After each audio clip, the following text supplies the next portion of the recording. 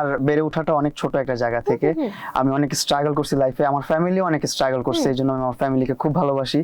আমি ছোটবেলা থেকে দেখছি আমার ফ্যামিলি অনেক কষ্ট করছে আমাকে খুশি রাখতে, আমার ভাইকে খুশি রাখতে, আমার বোনকে খুশি রাখতে।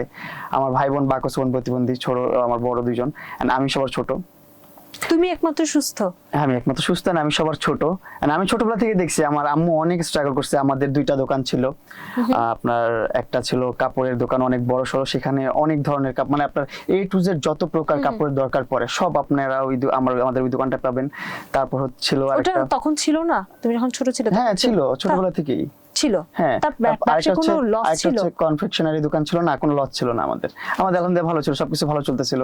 তাই না, আমাদের দোকানে একবার আগুন ধরে গেছে, সব কিছু পুড়ে গেছে দোকানের, আবার নতুন করে স্টার্ট করছি, আবার অবস্থায় এর মধ্যে দেখি, তারপর আপসেট ডাউনের মধ্যে আস্তে আস্তে আলহামদুলিল্লাহ আল্লাহ তাআলা এরকম একটা রহমত আমার উপর দিল।